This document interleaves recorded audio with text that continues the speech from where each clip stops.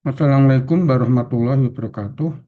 Pada kesempatan yang baik ini, saya akan mempresentasikan makalah yang saya susun ketika ujian tengah semester dengan judul Kerangka Konseptual dan Analisis Kasus, Topik Akuntansi pada mata kuliah Special Topics in Accounting.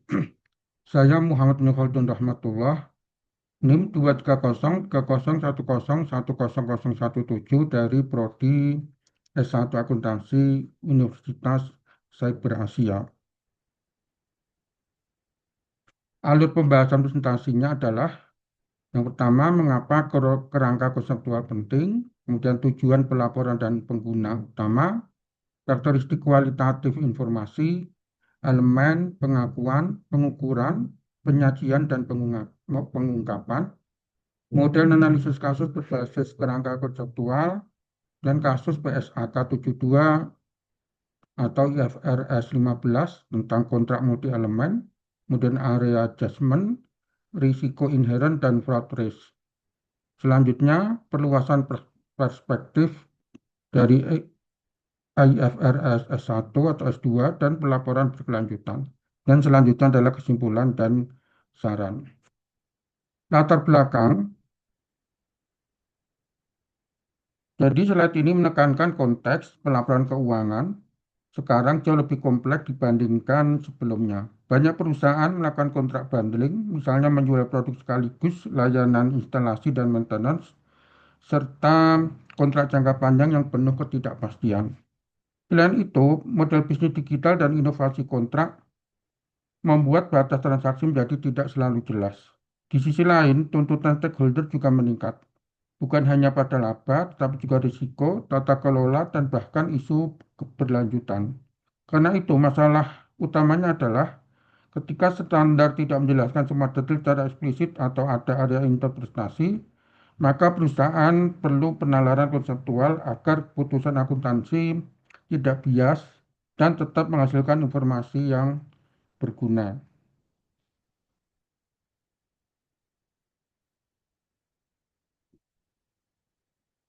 Kerangka konseptual atau konseptual framework adalah fondasi teoritis pelaporan keuangan, yaitu semacam peta yang menjelaskan tujuan laporan keuangan, kualitas informasi, elemen laporan, prinsip pengakuan, pengukuran, penyajian, hingga pengungkapan.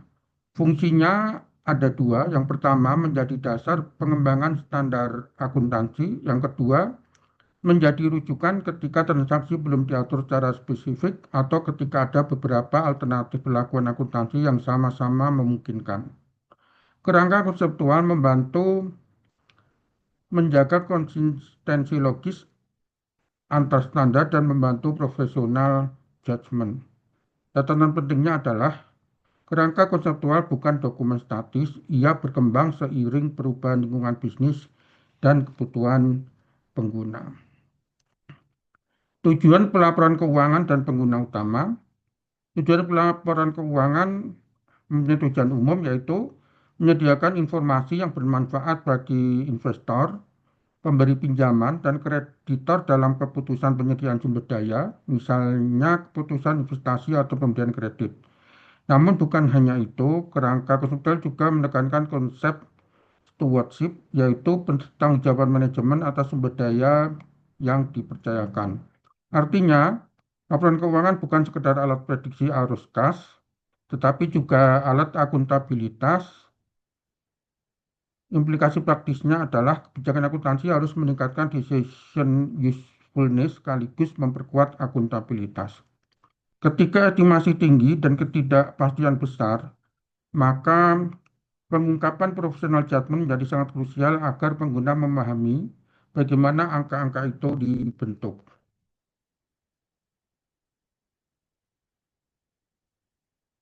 Selanjutnya, yaitu tentang karakteristik kualitas informasi. Ada dua karakteristik fundamental, yaitu relevansi dan faithful representation. Relevansi berarti informasi membantu keputusan, misalnya punya predictive value atau confirmatory value. Faithful representasi berarti informasi lengkap, netral, dan bebas salah satu material. Selain itu ada karakteristik peningkat, yaitu keterbandingan keterverifikasian, ketepatan waktu, dan keterpahaman. Dalam praktek sering terjadi trade-off, misalkan semakin relevan informasi tertentu, kadang semakin tinggi ketidakpastian pengukuran. Maka kebijakan akuntansi perlu menyeimbangkan kualitas informasi dengan pertimbangan biaya manfaat tanpa mengorbankan netralitas. Selanjutnya, elemen pengakuan dan pengukuran. Yang pertama, yaitu elemen laporan keuangan yang meliputi aset, liabilitas, ekuitas, pendapatan, dan beban yang berangkat dari konsep kontrol dan kewajiban kini. Yang kedua, yaitu pengakuan, yaitu suatu pos diakui jika memenuhi definisi elemen dan pengakuannya menghasilkan informasi yang relevan dan merepresentasikan secara nyata. Dalam pengakuan, kita mempertimbangkan juga biaya manfaat serta kemanfaatan pengukuran yang andal. Ketiga, yaitu pengukuran, yang artinya adalah pilihan basis seperti historical cost atau current value. Ketika ketidakpastian pengukuran tinggi, itu bukan otomatis alasan untuk tidak mengakui, tetapi harus diimbangi dengan pengungkapan yang memadai, termasuk sensitivitas agar pengguna memahami risiko estimasi.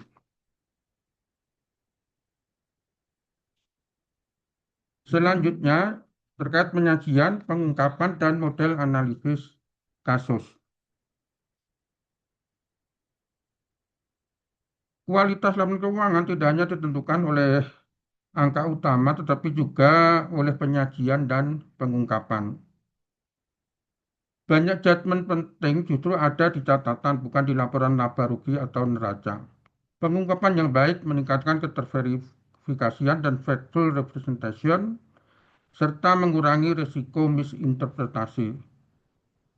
Lalu di sini ada metode analisis kasus berbasis kerangka konseptual dalam 7 langkah, yaitu yang pertama identifikasi transaksi dan substansi ekonomi, kemudian identifikasi elemen, kemudian uji pengakuan, pilih basis pengukuran, selanjutnya evaluasi karakteristik kualitatif yang meliputi fundamental dan enhancing, kemudian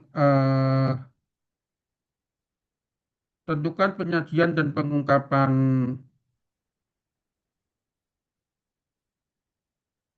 Tentukan penyajian dan pengungkapan, dan yang terakhir adalah uji implikasi risiko dan etika, yang meliputi bias, tekanan target, dan governance.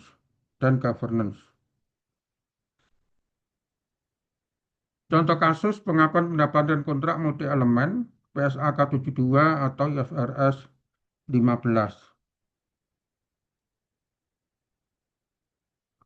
Contoh studi kasusnya di sini adalah pengakuan pendapatan untuk kontrak multi elemen.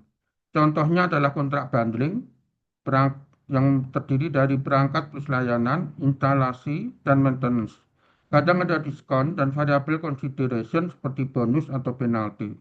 PSAK 72 atau IFRS 15 menyediakan model 5 langkah, yaitu identifikasi kontrak, identifikasi performance obligation, apakah distinct atau tidak, menentukan harga transaksi termasuk komponen variabel, mengalokasikan harga transaksi berdasarkan stand-alone selling prices relatif, dan mengakui pendapatan ketika kewajiban dipenuhi, apakah point in time atau overtime. Disinilah professional judgment sangat dominan, sehingga kerangka konseptual diperlukan untuk menjaga agar pengakuan pendapatan tetap relevan dan representatif. Selanjutnya adalah area judgment dan risiko inherent. Di sini dijelaskan mengapa kontrak multi elemen rawan salah saji. Karena penentuan unit of account, apakah kewajiban dipisah atau digabung, dapat menggeser pola pengakuan pendapatan antar periode. Itu dapat meliputi salah identifikasi performance obligation, estimasi variable consideration yang dapat membuka peluang earning management, penentuan prinsipal versus agen, kontrak modifikasi dan opsi perpanjangan, serta pengungkapan judgment yang tidak memadai.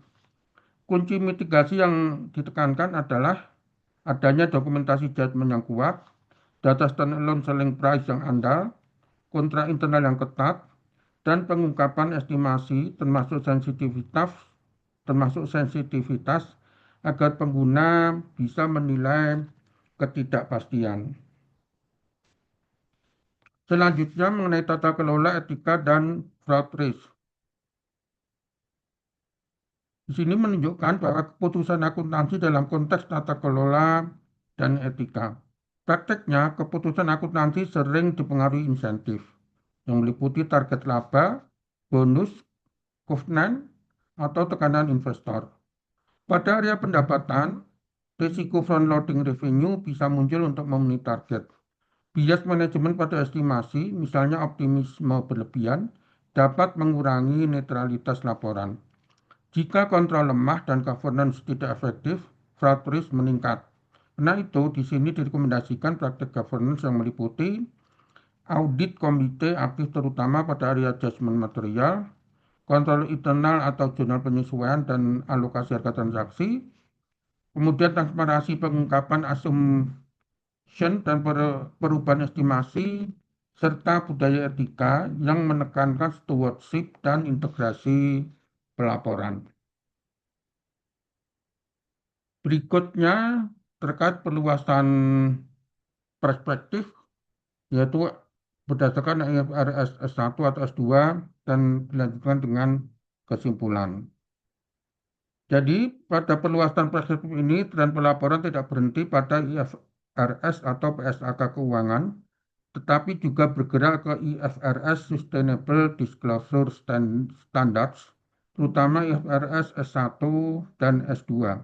Intinya, pelaporan beralih dari sekedar kinerja historis menjadi juga risiko dan peluang keberlanjutan yang material secara finansial.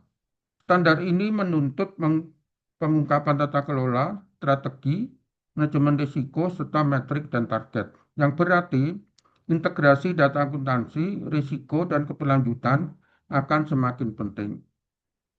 Kesimpulan dari presentasi ini adalah bahwa kerangka konseptual adalah kompas untuk menjaga kualitas pelaporan saat transaksi kompleks dan judgement tinggi. Pada PSAK 72, kualitas sangat ditentukan oleh identifikasi kewajiban pelaksanaan, estimasi, dan pengungkapan.